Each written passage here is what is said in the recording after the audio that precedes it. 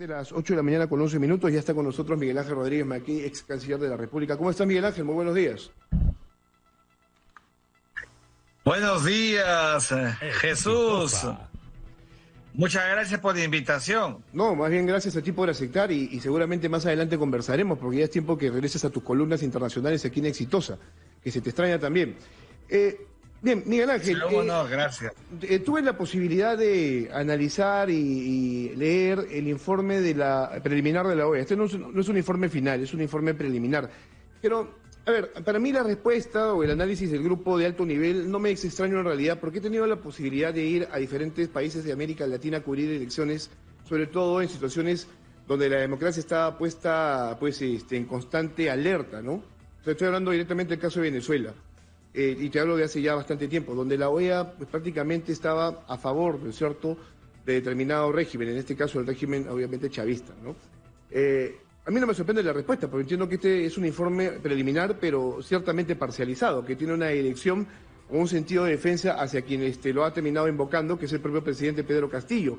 Y digo esto con conocimiento de que en este país hay investigaciones a nivel del Ministerio Público, que es finalmente el autor de la acción penal, y de eso no se ha hecho absolutamente nada. Estamos hablando de un informe que habla de confrontación de instituciones, de poder del Estado, pero no se toca para absolutamente nada un tema que también es un problema bastante serio y que tendría que tener algún tipo de respuesta, mensaje o análisis por parte de este grupo de trabajo, que es justamente la corrupción.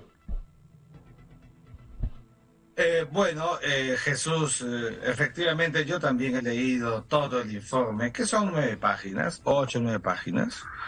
Es un informe, como muy bien dices, de carácter de naturaleza preliminar. Si así es, de manera preliminar, sesgado, parcial, ¿cómo será el informe final? Es la gran pregunta que nos hacemos todos los peruanos. Exitosa. En verdad que el grupo de alto nivel al cual a sus integrantes tengo mucho respeto, mantengo contactos con 2 cancilleres, así cuando yo lo fui, creo que más allá de que llegaron al Perú en un tiempo realmente muy corto, han hecho un informe también en un lapso rapidísimo, o sea, todo ha sido hecho en tiempo real y eso ya de por sí te denota que hay falencias. Cuando se quiere hacer todo rápido, todo apresurado, con objetivos premeditados, deliberados, allí están las consecuencias. Yo quisiera comenzar primero refiriéndome al concepto de la tregua política. Sí. Me llamó mucho la atención el que un grupo de alto nivel ingresara y calificara a nuestro país como un estado de guerra política. Porque solamente puede haber tregua cuando hay guerra, seamos claros. De otra manera, ¿cómo podríamos comprenderlo? Y se está confundiendo porque ¿alguien podría dudar de que en el Perú hay polarización? Nadie. La polarización es propia de los estados democráticos. Por supuesto. ¿Alguna vez hemos visto polarización en Cuba, en Venezuela, en Nicaragua, en Corea del Norte? Allí no hay polarización porque hay dictaduras, porque hay regímenes totalitarios. La polarización es propia de las sociedades en pugna porque hay, como decía Montesquieu, poderes, y todos los poderes entran en la dialéctica propia de las relaciones institucionales y listo. Pero eso es una cosa, y otra sopesar, creer que estamos frente a un escenario de una guerra política, que entiendo es eso lo que ha querido decir el informe, y entonces eso está muy mal, pues, porque no se condice, en verdad, con lo que han visto. Aquí en el Perú, cuando han llegado, los han recibido todos los actores posibles en esos 2 días, se han reunido y han escuchado a todos los que han podido, Jesús, y entonces, claro, eso no pasa pues cuando hay un clima realmente exacerbado, un clímax de intolerancia absoluta. Sí. Eso no tenemos en el Perú, tenemos que ser claro. Claro, lo que estamos viendo nosotros, si bien es cierto, es un enfrentamiento entre los poderes del Estado, es el ejercicio pleno de la democracia, porque a la larga finalmente tienes a quien ostenta el poder y a quien lo cuestiona, ¿no? Que es la derecha y la izquierda, o sea, por sobre todo. Ahora, a mí lo que también me llama la atención de este informe, que creo que el público debe conocerlo, este es un informe preliminar, vamos a ver qué viene más adelante por parte de la OEA, es que, ¿cómo puedes tú exigir tregua si hay un constante roce entre ambos poderes del Estado? Pero sobre todo, ¿cómo le puedes pedir que exista tregua cuando tienes un ministerio público que esté investigando a un presidente en el ejercicio de sus funciones o sea, cumpliendo obviamente con el mandato de la ley? Eso no tendría por qué ser considerado parte, ¿no?, de algún tipo de enfrentamiento, sino como la posibilidad que tiene la propia justicia de poder hacer que todos, ¿no es cierto?, respondan sin mayores miramientos ante determinados cuestionamientos o situaciones que no son del todo claras. Y ahí es donde la OEA no escribe ni siquiera una sola línea. O sea, ni una sola línea, pero además lo que debió decir la OEA, a mi juicio, era que sí, efectivamente, hay denuncias que formula la Fiscalía de la Nación, porque para eso es Fiscalía de la Nación, ¿no es cierto? Y que sea la instancia pertinente la que, por ejemplo, diga lo que siempre hemos dicho, que no es posible imputar al presidente ninguna cuestión delictiva que no sean las 4 establecidas en la Constitución Política, y se acabó. Ese modus operandi de ese circuito que es propio de la normalidad de una sociedad donde hay poderes del Estado, eso no lo hemos visto en el informe de la OEA. No han dicho nada al respecto. Ahora, también hay... Entonces, también hay que... eso nos permite, perdóname, Jesús, eso nos permite darnos cuenta que aquí pues hay una orientación, y la orientación con desequilibrio, y eso es muy malo, porque ya hemos visto que la OEA del señor Almagro ha deteriorado el panamericanismo impoluto con el que fue creada la OEA. Mira, se está perdiendo crédito a una organización por la cual venimos bregando y luchando para que mantenga sus calidades y sus cualidades panamericanas, conforme muchos incluso quieren acabar a la OEA. No se ha hecho nada, y en verdad estamos frente a una entidad y a un grupo que no dijo, por ejemplo, que en el Perú no hay ninguna posibilidad, a porta de lo que vemos, de un golpe de Estado. ¿Dónde está el golpe de Estado que la carta del presidente de la República y el señor Landa dijeron que era inminente, que se estaba consumando? ¿Dónde está ese golpe de Estado? Todos estamos viendo la vorágine política, sí, pero en ninguna parte del mundo. Más bien surgen ahora las otras pretensiones de querer hacer saber que por este acto forzado del gobierno de hablar o referir la denegación de la cuestión de confianza, ya podría producirse algo parecido. Entonces, no hemos visto a un grupo de alto nivel que emita un informe realmente a la altura de una entidad exógena que mire las cosas de manera imparcial y que no cree justamente estas desestabilizaciones, porque el informe lo que hace es que, como tiene sesgo, entonces abre la puerta para que haya más conjeturas y se polarice más el clima en nuestra vida interna. Bueno, habría que decirle al público, en todo caso, a nuestros oyentes a nivel nacional, que estamos ante un informe subjetivo de una realidad que ellos asumen como tal. A mí lo que también me llama la atención de este informe preliminar es la invocación al Tribunal Constitucional como máximo órgano que imparte justicia en el país. Pero parece que ahí la comisión de alto nivel de la OEA no se ha parado a detenerse, en el sentido de que el Tribunal Constitucional, en muchos aspectos respecto a las investigaciones contra el propio presidente de la República, ha fallado en contra de él, indicándole a la justicia que tiene que ser investigado, que tiene que ser, ¿no es cierto?, puesto a disposición de las autoridades, en este caso del Ministerio Público, para que él pueda responder. Entonces, ese para mí, por ejemplo, es un argumento interesante al margen de lo que ellos recomiendan, ¿no? Cuando dicen, las instituciones peruanas contemplan un sistema judicial que incluye al Tribunal Constitucional, los cuales se sujetan a la Constitución que prevé los respectivos procedimientos jurídicos. En ese sentido, se recomienda tener eso presente ante la imposibilidad de desarrollar acuerdos. entiendo yo que el Congreso de la República, ¿no es cierto?, en esta semana ha emitido una demanda competencial, ¿no?, sobre la cual el Tribunal Constitucional ha hecho obviamente un análisis y le ha dado en cierta manera la razón al Congreso de la República mientras se define esta situación generada, ¿no?, por el Ejecutivo, porque el Ejecutivo, claro, asume, ¿no?, que hubo una denegación fáctica, ¿no?, de lo que fue negarle la cuestión de confianza. Pero ahí está, el Tribunal Constitucional funciona correctamente, y es el que está marcando las líneas para estas investigaciones que se están haciendo y esta relación entre el Congreso y el Ejecutivo. Entonces, claro... Para ir a tono con lo que estás diciendo, bueno, ahí está pues la medida cautelar que presentó el Congreso, sido recogida, atendida por el Tribunal.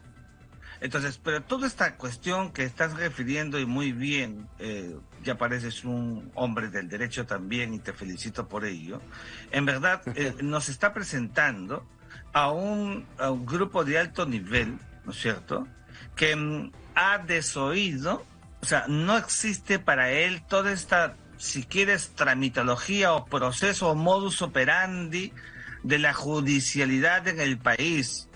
Y entonces, claro, ellos como vienen de fuera, entonces comienzan a hacer este tipo de calificaciones, cuando lo que han debido hacer, a mi juicio, es, a la luz de todo lo que han encontrado, recogido de todas las opiniones de todos los calibres, pues hacer lo que, para lo que hace la OEA cuando la OEA fue creada y la Carta Democrática también, crear el contexto y el marco para allanar los procesos internos en el país.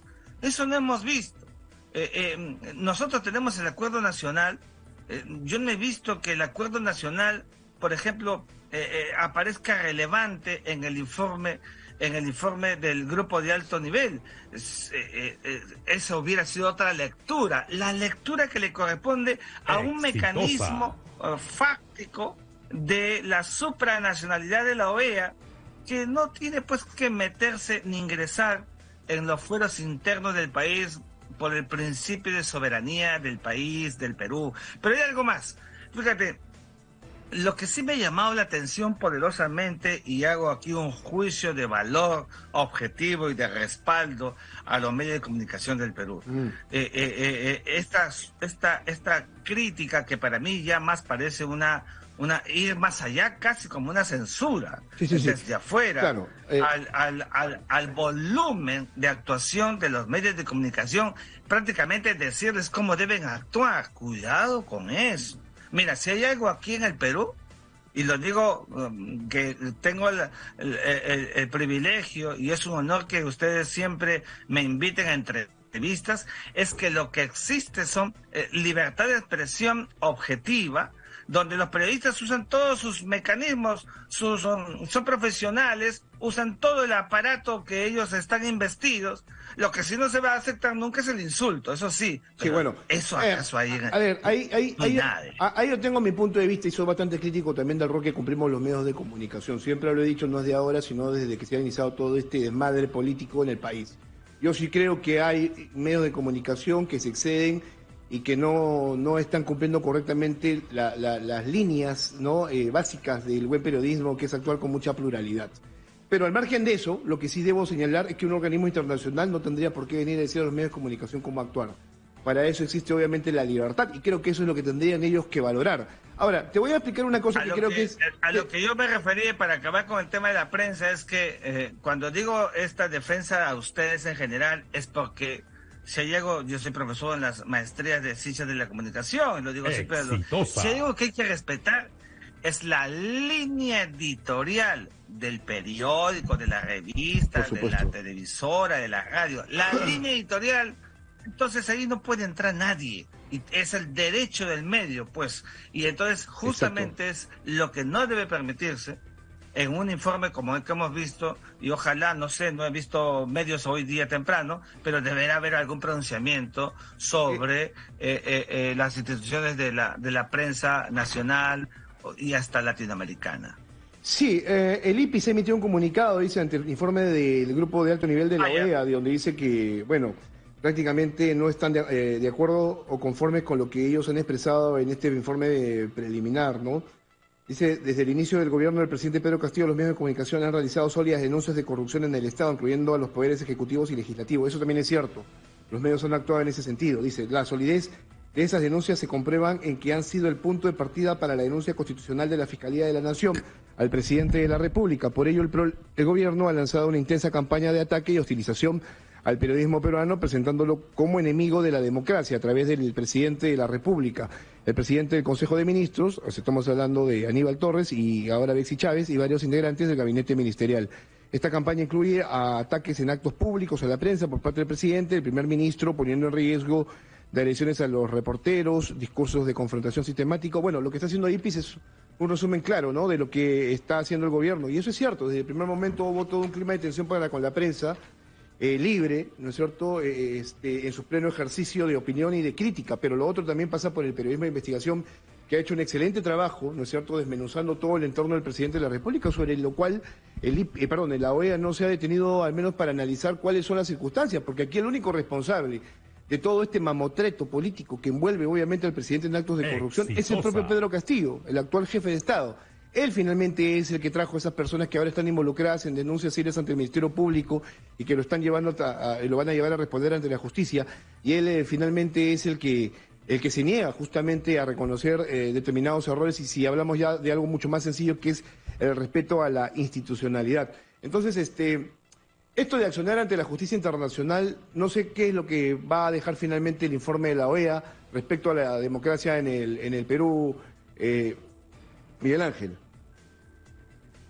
Bueno, yo no sé, no estoy tan seguro y persuadido de que lleguemos a una consecuencia de acudir a la justicia internacional, a una instancia supranacional jurisdiccional. No, aquí estamos frente a un mecanismo de un foro político que emite un informe político inspirados en una carta democrática interamericana que es política. Aquí el derecho internacional y el derecho interno no ingresan, no es su campo, Jesús, no es su escenario. Claro, pero qué duda cabe que el elemento político tiene su impacto.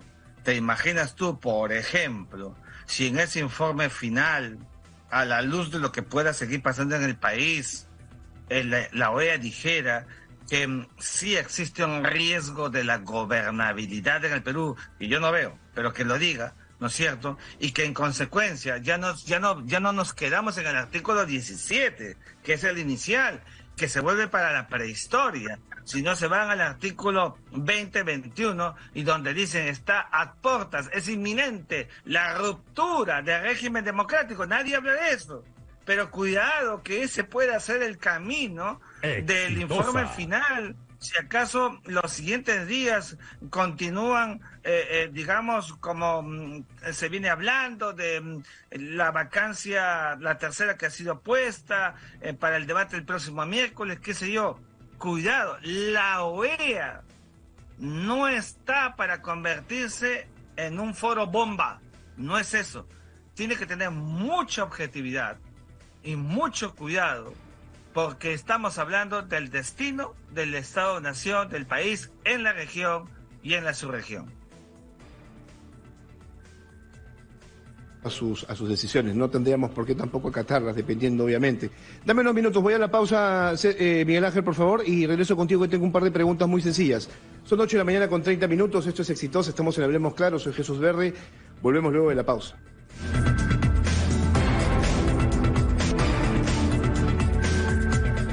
Bien, 8 de la mañana con 32 minutos, esto es Hablemos Claro, soy Jesús Verde y estamos en Exitosa, en Lima 95.5, y estamos en todo el país, ya lo sabe. Usted que nos ve, nos escucha, nos lee a través de las redes sociales y la página web. Estamos conversando con Miguel Ángel Rodríguez Mackey, ex canciller de la República, de este gobierno, además, sobre el rol de la OEA y este informe preliminar, que en el plazo de 10 días seguramente tendremos ya un informe mucho más elaborado, y esperemos que incluyan lo que estamos comentando esta mañana, pues los presuntos actos de corrupción que vuelven al presidente de la República, con una investigación que se está haciendo a través del Ministerio Público. El presidente obviamente ha iniciado también una campaña de prestigio para con los demás poderes del Estado, Y eso tampoco es que se mencione, ¿no, Miguel Ángel? Porque claro, el propio presidente se queda denostado de la fiscal de la Nación con su presidente del Consejo de Ministros. O sea, ese es un fuego cruzado que yo no veo por ningún lado mencionado. Por supuesto, tiene que mostrarse todo lo que está en los ojos de todos los peruanos para que se crea y se vea que realmente es un informe objetivo, que no deje ningún espacio en blanco, vacío. Es la única manera de que la OEA, de que el señor Almagro, que digita desde la Secretaría General todo lo que se hace en este marco de este foro político, tenga algún nivel de credibilidad. A mí me da mucha pena que, habiendo trabajado y hablado mucho sobre la OEA en la doctrina del derecho panamericano, lo que significó el panamericanismo del siglo XX, se llegue tan bajo y que se esté pensando solamente en intereses recíprocos para el mantenimiento satelital de quienes están muy asociados al señor Almagro desde el Perú o en otros espacios del Perú fuera. Todo esto es muy malo y los peruanos nos damos cuenta. Los escolares se dan cuenta. Hace 2 o 3 días hablaba con estudiantes de colegio, no tanto universitarios, qué es lo que está pasando con una ausencia de un verdadero clima de objetividad. Si no se dice que en el Perú hay evidentemente una situación que pasa por un presidente imputado, por un presidente cuestionado y por una oposición que también tiene actos febriles, hay que decirlo, que también tiene una actitud recalcitrante, hay que decirlo, en verdad, si eso no lo vemos, ¿cuál es el sentido de la visita? ¿Dónde están los párrafos sobre los niveles de corrupción que puede haberse detectado transversalmente en el país? No es nada. Entonces, todo ese conjunto de factores, en verdad que nos ha llamado la atención. Bueno, no tanto, en verdad que en el fondo ya venimos conociendo un poco digamos, el proceso de el discurso del secretario general de la OEA. Yo más o menos decantaba que podía haber un nivel de parcialización y ahí lo hemos visto en acto consumatum, y esto que es un informe preliminar. Bueno, Miguel Ángel, muchas gracias. Yo quisiera hacerte una pregunta introspectiva, porque ¿qué hubiera pasado si Miguel Ángel Rodríguez Mackenzie se mantenía como canciller de la República en esta situación cuando el presidente invoca a la OEA? ¿Cuál habría sido tu recomendación? Bueno, para que yo hubiera continuado canciller, primero el tema saharaui jamás se hubiera retrocedido y hubiéramos continuado con haber anulado este reconocimiento absurdo que se tenía con una autoproclamada República Árabe Saharaui que no existe. Yo le he dicho siempre, si el escenario era el anterior, es decir, de un Congreso que de manera deliberada bajaba el número de votos para vacar al presidente de 87 a 78, ley con nombre propio, era otro cantar. Aquí estamos en otro escenario que no existe. Y aún con el primero, yo siempre le decía al presidente, cuidado, presidente, se nos viene la OEA y se nos viene las Naciones Unidas, cuyas preparaciones hicimos durante todo el mes de agosto, durante mi gestión, y teníamos que tener cuidado. Mira, invocar la Carta Democrática Interamericana no es activar un botón porque se me ocurre en estos momentos según mis propios intereses. Estamos equivocados. La Carta Democrática está allí lista, sí, pero para usarla, para activarla, hay que pensarlo 1 y 1000 veces, porque tiene repercusiones políticas para el país, extremis. Ya te lo decía al comienzo, si el Perú, imagínate que fuera suspendido de la OEA, ¿a quién va a perjudicar ese resultado? ¿Al gobierno? No, señor. Al país. Al gobierno, al poder ejecutivo, legislativo, a todos los peruanos. Y eso será un impacto cuando no se miden las consecuencias. Entiendo entonces, para ser bastante concreto, de que no le habrías recomendado eso y eso habría detonado posiblemente tu salida estoy hablando obviamente de su puesto, ¿no? Cuando una persona, Jesús, asume un cargo y actúa con principios, lo más probable es que cuando hay una contraposición tienes que dar un paso al costado. Cualquier escenario que sea contrario a los intereses del Estado, yo me hubiera retirado inmediatamente, como fue lo que hice, sin pensarlo dos veces, apenas se retrocedió en el tema de Saharaui, mal logrando, como hay que decirlo siempre, impactando negativamente a una estupenda relación que teníamos con Marruecos y que tenemos que reconstruir, por haber dejado al país más importante de los árabes con una enorme influencia en el mundo, el más importante aliado de Estados Unidos en el África Norte, y qué duda cabe, un país que se convertirá en algún momento una de las mejores lecturas del África del Norte para la propia Europa, que sigue mirando a este continente de la esperanza. Lo que me llama la atención de lo que acabas de señalar es el tema de los principios. ¿Tú crees que este gobierno tiene principios o los tenía? Yo no quiero calificar, porque cuando hablamos de principios no hay que hablar de gobierno, sino de personas. Y yo, luego de haber salido de la Cancillería, me han preguntado por Landa, por Mauta, Rodríguez Cuadros, Fosay. Yo ya no quiero hablar de ellos, porque esto va a parecer pues el llanto de un niño caprichoso. Yo no tengo esa vocación. Yo soy un profesional y soy un hombre de la academia, he vuelto a mi ámbito, vivo feliz. Y sí te digo que cuando los principios están allí, hay que priorizarlos por sobre todas las cosas. Y es lo que yo he hecho para dejarle un legado a mis hijas y a mis alumnos. Bien, Miguel Ángel, muchas gracias. Un fuerte abrazo por estar esta mañana con nosotros. Conversemos sobre lo que ha quedado pendiente. Todavía creo que es un buen espacio para que tú puedas contarnos exactamente qué pasa en el mundo durante las mañanas. Hablamos. Por supuesto, cuando gusten, yo estoy atento, ustedes saben que esto me encanta mucho. Gracias, buenos días. Bien, gracias a Miguel Ángel Rodríguez Mackey, ex canciller de la República. Bueno, ahí están las cosas, ¿no? Esto de invocar a la justicia internacional, a los organismos internacionales, trae consecuencias más adelante. Hay que mirarse todo esto con mucho detenimiento y saber además cómo es que se accionan las cosas, en función de qué, en función al país, o en función a la defensa de una sola persona y a un régimen que ciertamente hace agua en diferentes niveles.